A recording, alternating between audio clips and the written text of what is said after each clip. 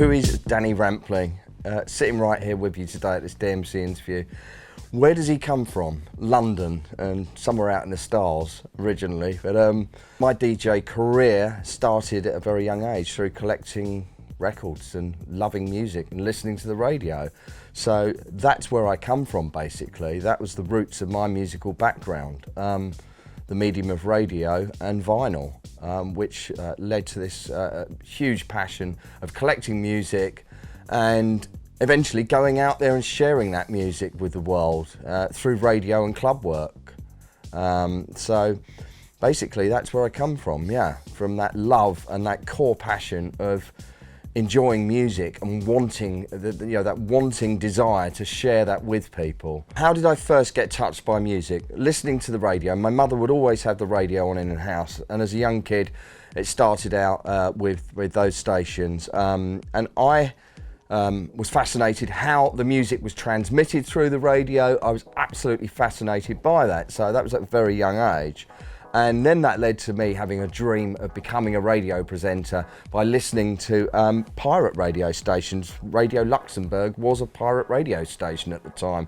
And it also, kind of listening late at night when I should have been sleeping on a small transistor radio, having this imagination that, God, where's this music broadcast? It must be a great life out there on the sea, far away from the land, just playing music night and day to an invisible audience as such. And I thought, that sounds like a really glamorous job to have. Well, it's not a job, it's a lifestyle, but at the time as a kid, it was like, God, I'd love to do that. And then, kind of years later, that dream became a reality. But that's really where it began, that fascination for radio, listening to the radio until the early hours of the morning till I fell asleep, particularly Radio Luxembourg. I even used to listen to Tony Prince on the radio. The rhythm of nightlife in Great Britain. Hey, good evening, everybody. This is your royal ruler, Tony Prince. Radio Luxembourg. Emperor Roscoe. Ladies and gentlemen, are you ready to party? The Emperor Roscoe. So, kind of showing my age a bit, but those are the early roots of radio for me as well. And I had this big dream that one day I'd love to be a DJ on radio. I had that at a very young age, a very, very young age, probably about, kind of 10 years old, really. Right, giving you the bridge of how I actually did get onto a radio station. Being an avid record collector, I worked with DJs as their assistants in the early days, just to get a foot in the door with people like Nicky Holloway, for example. I was his assistant for many years, and he introduced me to a lot of key people in the industry at the time. And one of those people was Gordon Mack, who founded Kiss FM. And Gordon had a show on, I think it was Solar or one of those channels, one of those pirates at the time. And he used to have this afternoon slot where members of the public were sending their top three. And I sent in the top three, my top three tracks. He loved them, and that got me an introduction to Gordon. And he was, shortly after that, he set up Kiss Radio. Now, I kept in touch with Gordon. And Gordon Mack was very instrumental in my career in radio. He gave me that break, that initial break, that there wasn't an opening until I met Gordon Mack. And I think it was a real lucky break though, just for the fact that I had sent in that top three to that radio station, took time out to do that. He actually liked the selection and he saw something in that. He heard something there he liked. One of them was Ripple, the Beat Goes On.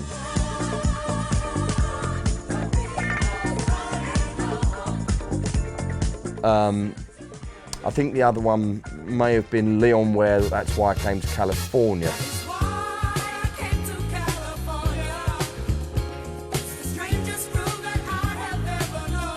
But going back to what were the first records I bought, well, the first records that I bought were T-Rex, those glam artists, David Bowie, that kind of sound at the time, even Gary Glitter, the Glitter Band, all of those bands, those 70s bands, I was really, influenced by them, and Tamla Motown.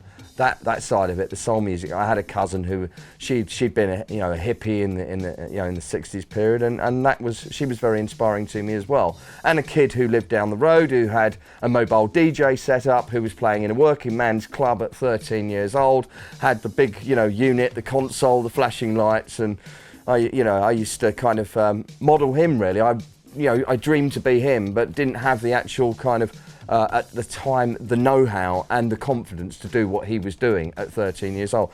But actually, on the subject of first records as well, I found this at home earlier. I don't know, this is like, I got conned with this, and I don't know how I came across this earlier. I walked past the record shop as a kid. I thought, that looks like a good deal. It's got all these original artists on it, so the cover says, but unbeknown to me, I took that home and it was they're all cover versions. So it's not an original album. I thought that was tremendous value at the time. All of my kind of idols, kind of Slade, Sweet, all of these people, T-Rex, and got it home. But I've always kept that. It's a reminder of that was the first album I bought, actually. I didn't get conned again after that. But I think most kids got kind of led into this false promise of this cheaply priced album with all of these hits on it by the original artists, but sung by cover bands. So there you go. That, I believe, was my first album. Okay, what took me away from my early roots of T-Rex and all those bands, buying disco 12-inch records, and then punk came along. I used to go to a lot of live gigs, and then on from punk, got back into soul, into northern soul, into soul music, into hip hop, and then that progression into house music. How did I meet Nicky Holloway, who was a leading DJ on the London scene back then, at that period in the early 80s? He was hosting events in clubs and bars and putting one-offs on, and I met him in Ibiza in the early 80s, in bars every night, on the dance floor, dancing, chasing women, having a great time generally, and we clicked. And then when we got back to London, we became very, very good friends. It was the early days of my aspirations of wanting to become a DJ. I had some basic bar work, but I wanted to play in clubs basically and play on these cooler parties. So I never ever got that break with Nicky, but what he did unwittingly do was taught me just about everything I needed to know about DJing and promotions, because I used to help him promote his events, the Special Branch and the Do's at the Zoo and all of these events. And Nicky was, quite happy with me working with him, because obviously I was a good worker, I was a great assistant to him. I used to carry his boxes to clubs to get a foot through the door there and meet promoters. And I think that was a really good training period, looking back on it.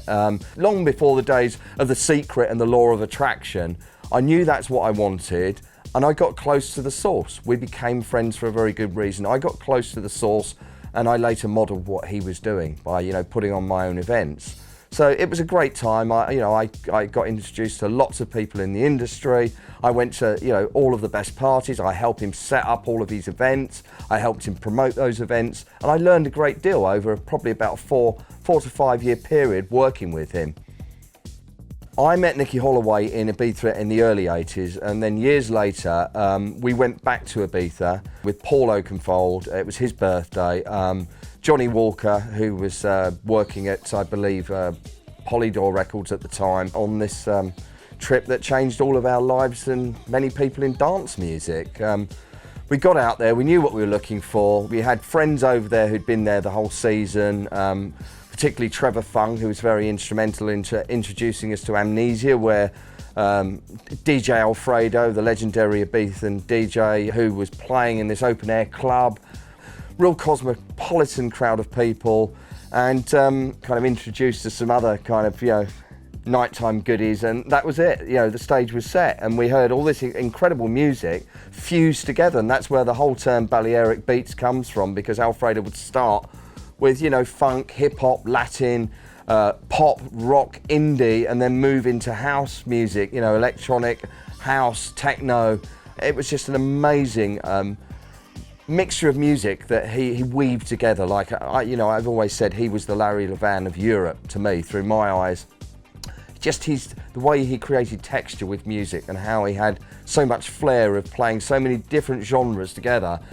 We'd all come from a specific background of kind of hip hop, soul music, disco, specialised really. I hadn't been through indie rock and pop, and wasn't acquainted with that music. I was into soul music, funk, rare groove. That was my sound. Same for Nicky as well. So hearing all this indie stuff, I was like, God, this music's brilliant, isn't it? And all of that being played together in the open air was a life-changing experience for all of us.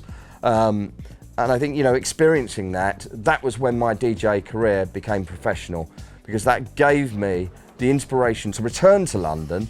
It gave all of us a great deal of inspiration, but it gave me a great deal of inspiration to start my own club night. And that's where Shoom began.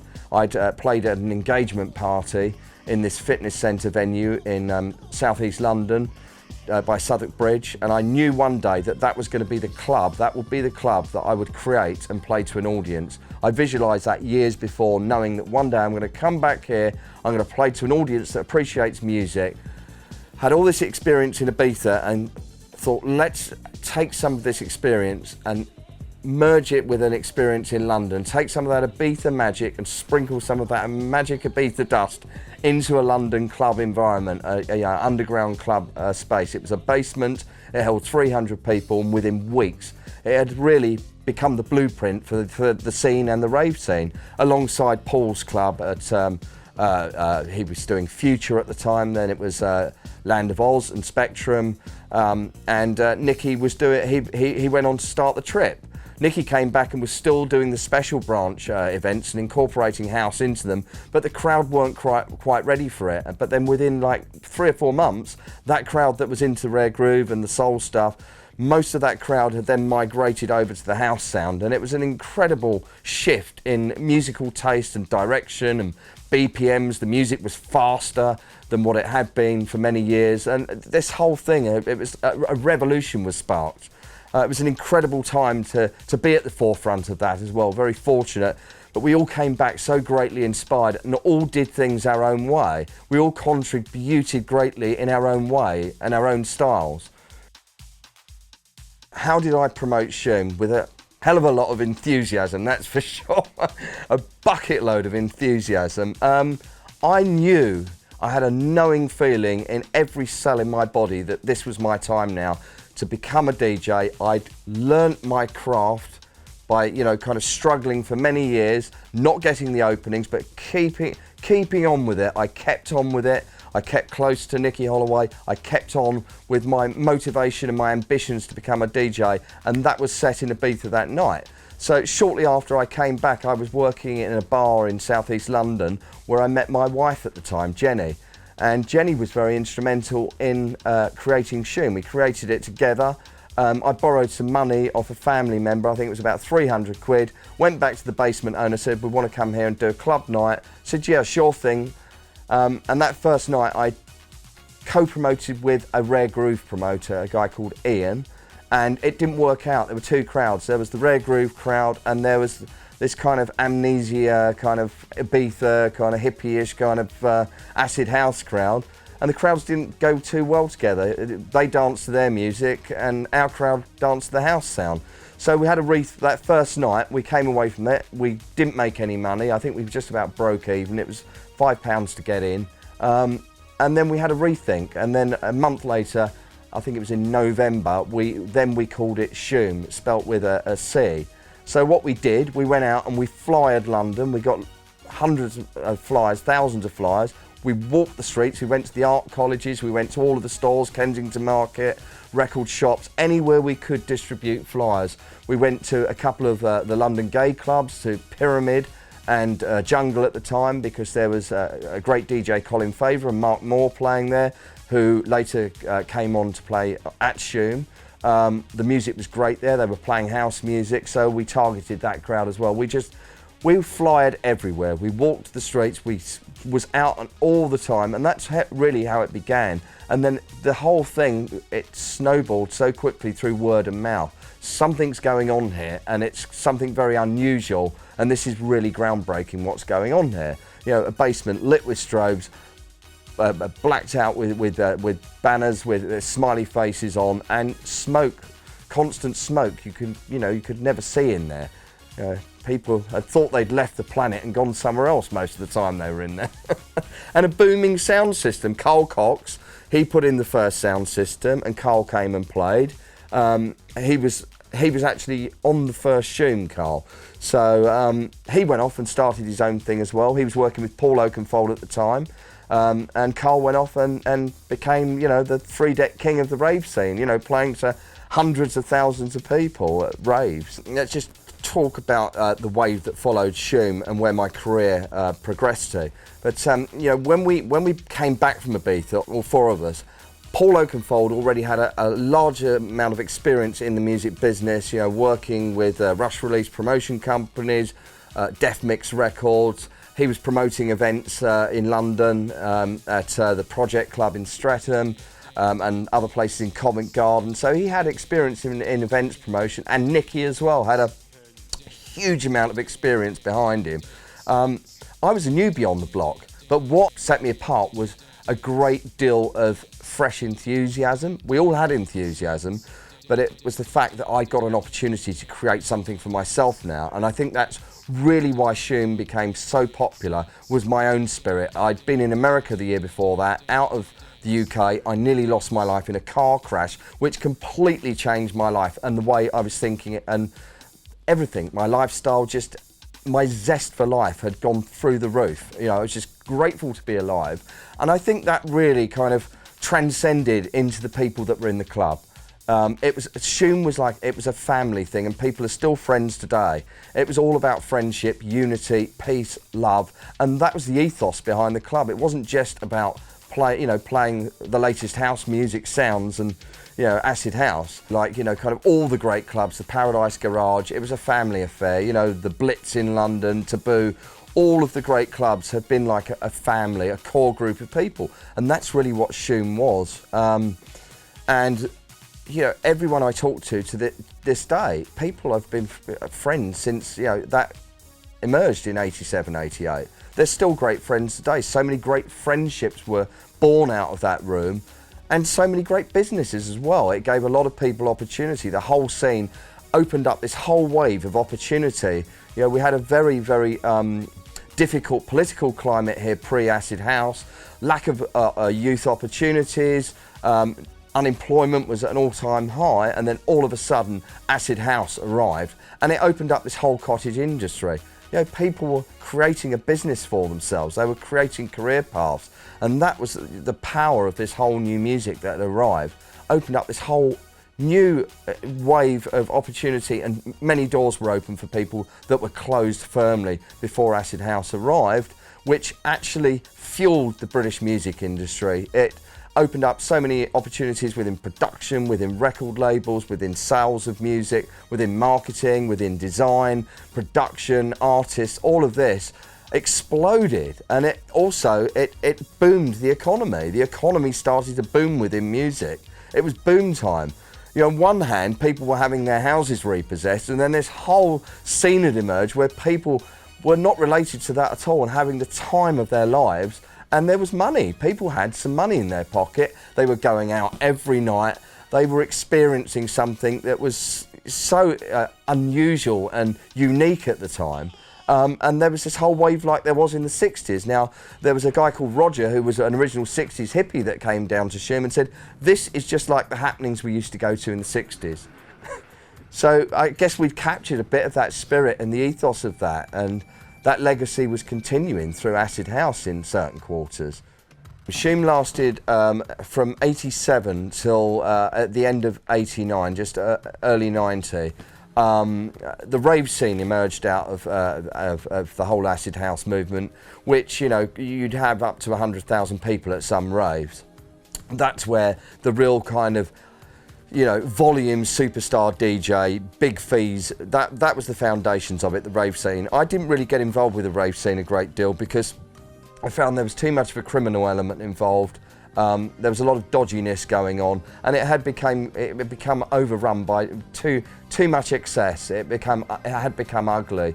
So Shoom went on. We left Shoom. We stopped it. I think by then we'd had enough. We wanted to change the scene, and we started a club called Pure, where everything had become pure again, and it was, you know, people started to dress up again. So Pure actually inspired clubs like Vague and James Bailey at Venus in Nottingham, and Cream, and that's really where the whole super club thing started to emerge. The Ministry of Sound, yes, of course, in London, was the first super club outside of the Hacienda.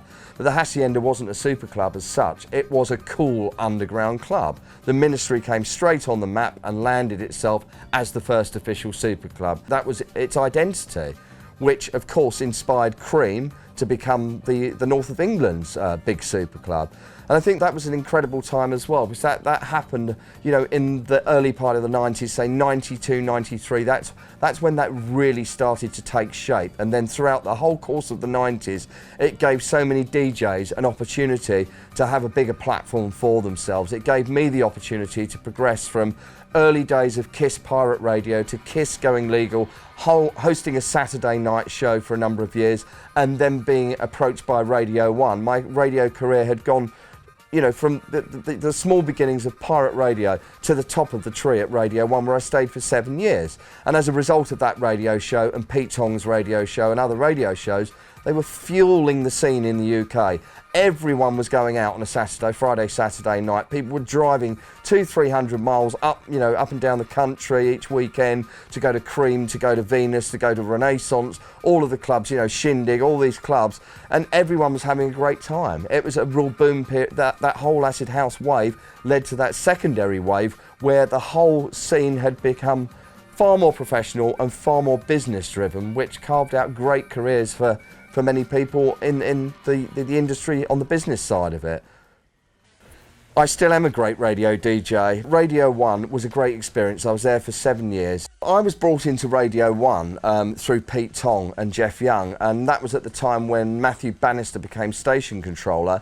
And I've never really spoken about this in detail. It's been mentioned in a book, but I basically became the fall guy. I was taken out, which was the worst move that they could have made at the time. And some of the people that were involved in that now recognise what happened and know that they actually did wrong, because I was helping a lot of labels, create a healthy business, helping artists carve out careers, helping record stores sell music, and you know, on that end of the specialised end of the dance scene, and labels were flourishing and being supported with that platform on the radio. But unfortunately, some people had other ideas, and I got axed from Radio 1. I had no idea it was coming, and I was taken out of there within a week. I was given no notice, and I think looking back on it, I was very unfairly dismissed from there for no good reason. This was all through internal politics and industry insecurities around my position and management that I was involved with at the time, and other management companies.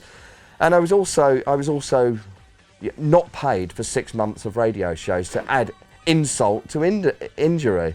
So really, it was a very upsetting time.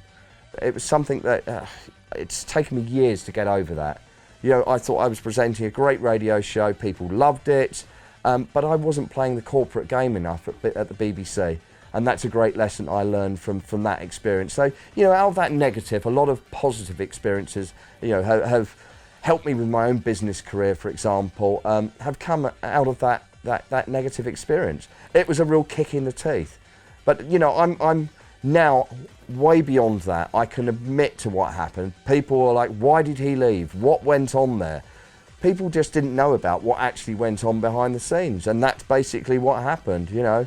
I got axed out of there, I was pushed out of there, I was replaced by DJs who didn't really want to be there and take that slot because they didn't have the radio experience, and they were in a difficult position, being managed by other management companies. And you know, bless them, they didn't have the experience. I had 20 years of radio experience presenting radio shows. And Matthew Bannister axed Simon Bates and all of the old Radio 1 DJs, which must have been very disappointing for all those guys, and replaced with a whole new wave of specialist shows and daytime presenters, which, you know, Chris Moyles and everybody else was brought onto the station, and it totally transformed the kind of the look and feel of Radio 1. I lasted there 7 years. I don't think it was anything to do with ages, and my listening figures were very solid. They were increasing, they weren't decreasing. It baffles me to this day, but I understand what it was about.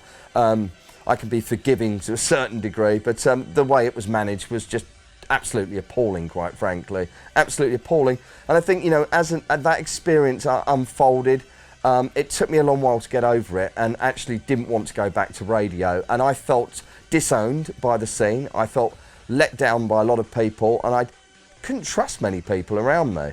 And I will say that's what that really underpinned kind of me taking a break from what I do and what I love best, DJing, for a good couple of years. I wasn't over that Radio 1 thing. I wasn't. It led to a lot of confusion.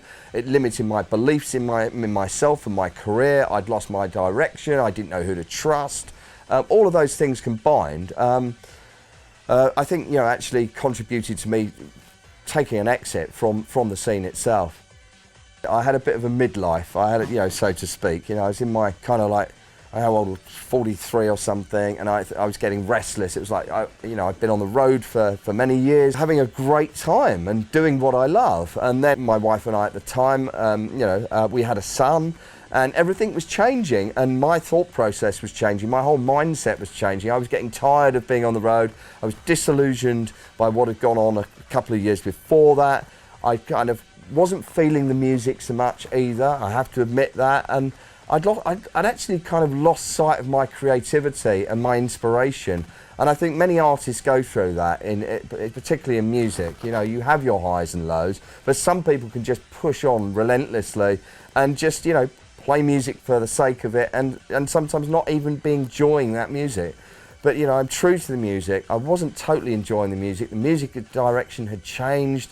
I was changing as a man. I got into this period of unrest in my 40s.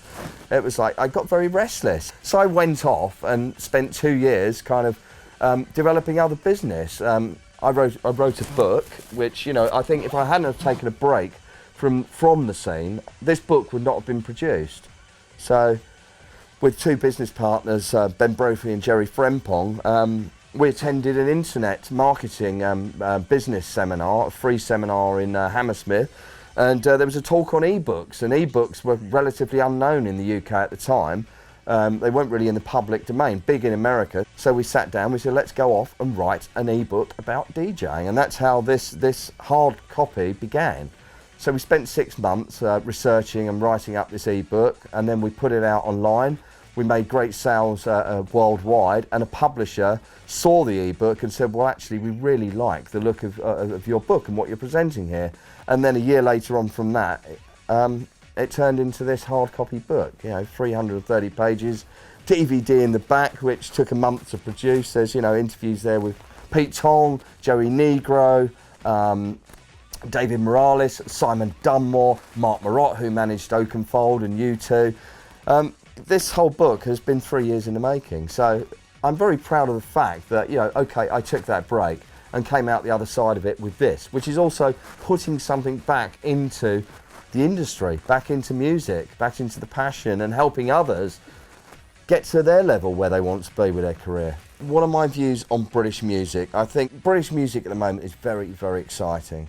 New bands emerging, new electronic artists, and kind of within dance, the French have led the way in recent times and still do. The Swedes are leading the way. The British have always been out there flying the flag for British music, but I think we're getting very closer to that point of, hey, the Brits have arrived again. The Brits are back in town. We're always there. We're always doing it. We're always leading the way with cutting edge music. Always creating new sounds, new genres, new artists, and the world looks to Britain for its, its musical taste, its direction, the artists that we produce, the music we produce generally. And I think, that focus is coming back upon British music. Particularly, having the Olympics here this year as well is, we're under the spotlight here on the global stage, and as a result of that, I think, I feel that will also help with, the whole of the British music scene worldwide. What are my views on Simon Cowell? I think he's a very smart man. I think, he's maybe he's helped some people with their careers. He's broken a lot of hearts, that's for sure. A lot of people's, kind of ambitions. But some people have to have a reality check. I have to say, I've probably seen The X Factor once. It's not my it's not something that I would enjoy watching, you know, so to speak. I don't watch television. I'm too busy doing other things and enjoying my life. But I think it has been detrimental to the British music scene as well by creating this wave of manufactured artists that has totally watered down music when there is so much great raw talent out there that hasn't really had a look in, because this whole machine has practically single-handedly taken over the British music scene, really, and then it has an effect on all the other labels, you know, having to create artists that fit that kind of mould. And I think it has impacted the British music industry, but there's a backlash, you know, not wanting that for 1 minute. You know, he's a very successful guy, he's a smart guy, and he's done a lot of things for commercial careers, created, you know, opportunities for people who want to go down that commercial route of music and want to have that as a career path. But on the other hand, you know, a lot of people have missed out, and, you know, they've been pushed off of radio playlists, they haven't been able to get their music heard through radio and get onto labels, and I think that's changing now. It's changing again, you know. People have so much of a certain genre or certain approach to music. Well, I certainly feel we're at the cusp of change. There's so much raw, great talent out there, and we need more of that on television. We need more of that raw talent exposed on television. This whole DJ contest thing he's doing on television, I'm kind of on the fence with it. I think it's a great thing for the DJ industry. I do think so, because it's taken years for DJs for the role of a DJ to be taken seriously as a career opportunity. People want to be DJs, you know, they want to be like David Guetta or myself or whoever, you know, kind of Cowell or Paul Oakenfold. They want to be and aspire to be that kind of DJ. I feel that there will be DJs that enter those contests on TV that have been DJing for years and struggling and not had their breaks, and they may therefore get a break through that television programme. So I think that's a positive thing in itself, because there are some DJs out there on the circuit that have been doing it for like 10, 15 years, and they haven't had the luck or the break or the opportunity or the skills or, you know, the association with certain people to get to where they really truly aspire and desire to be. So I think, you know, it may well help that those quarters of the DJ community. And also what it will do, it's probably likely to like create a wave of manufactured DJs.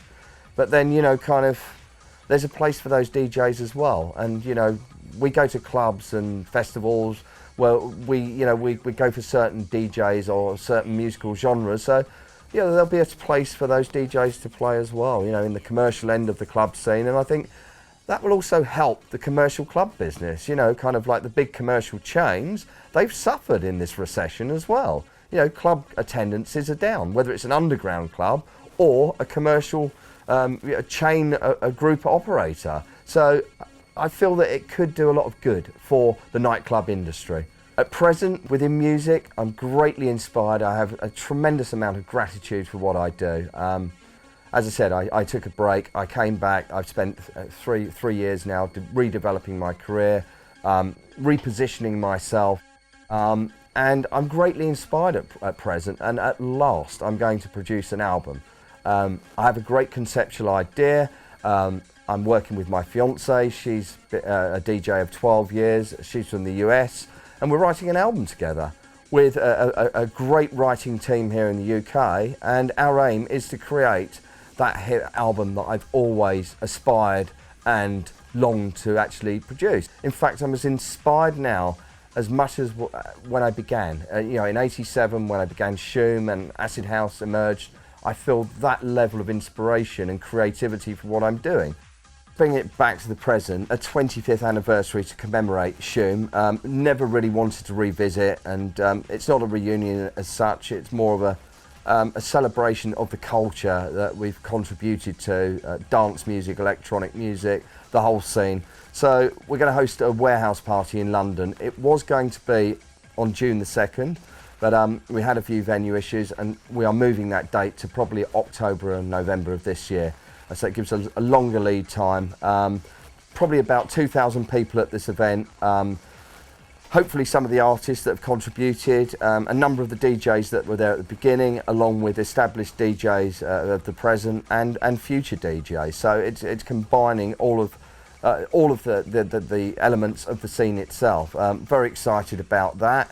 25th anniversary. It's, you know, here we are 25 years later celebrating this major milestone in club culture, and that will be in October. In probably we're certainly aiming at South East London venue.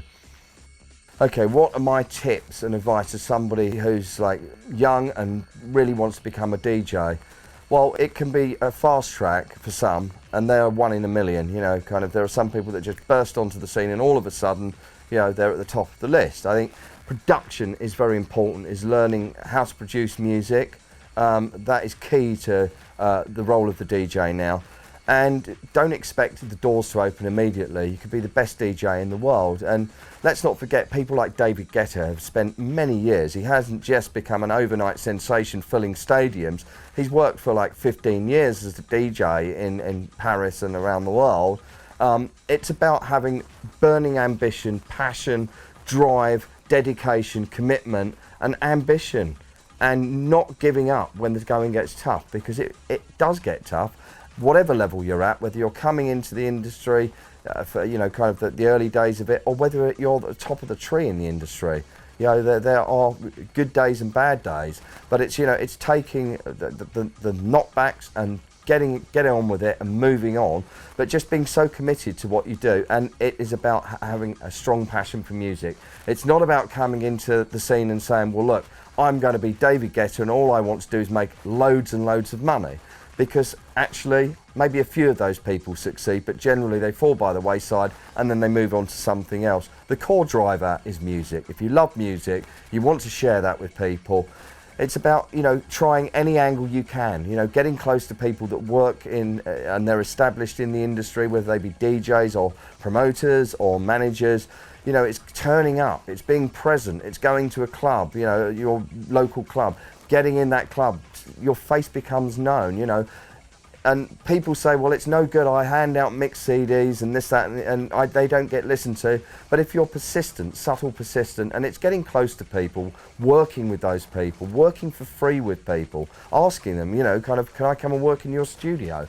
You know, can I drive you? Can I, you know, can I come out on the road with you and help you on the road? You know, a lot of people don't have people asking them, you know, and there's 1 out of 100 you may well get lucky with. Well, actually, I'm looking for a driver. You know, I know people who've started out driving people who've become great DJs and producers, for example. I've known people that have worked behind the bar in the club just to have an in that club, and have become great DJs. So it's like, you know, if you can't go straight to the source and get in there and become a DJ immediately, it's like, how can we try and angle in through a different direction? Whether it be working in the bar, whether it be working in the office, whatever it may be, and then soon enough you are going to get noticed.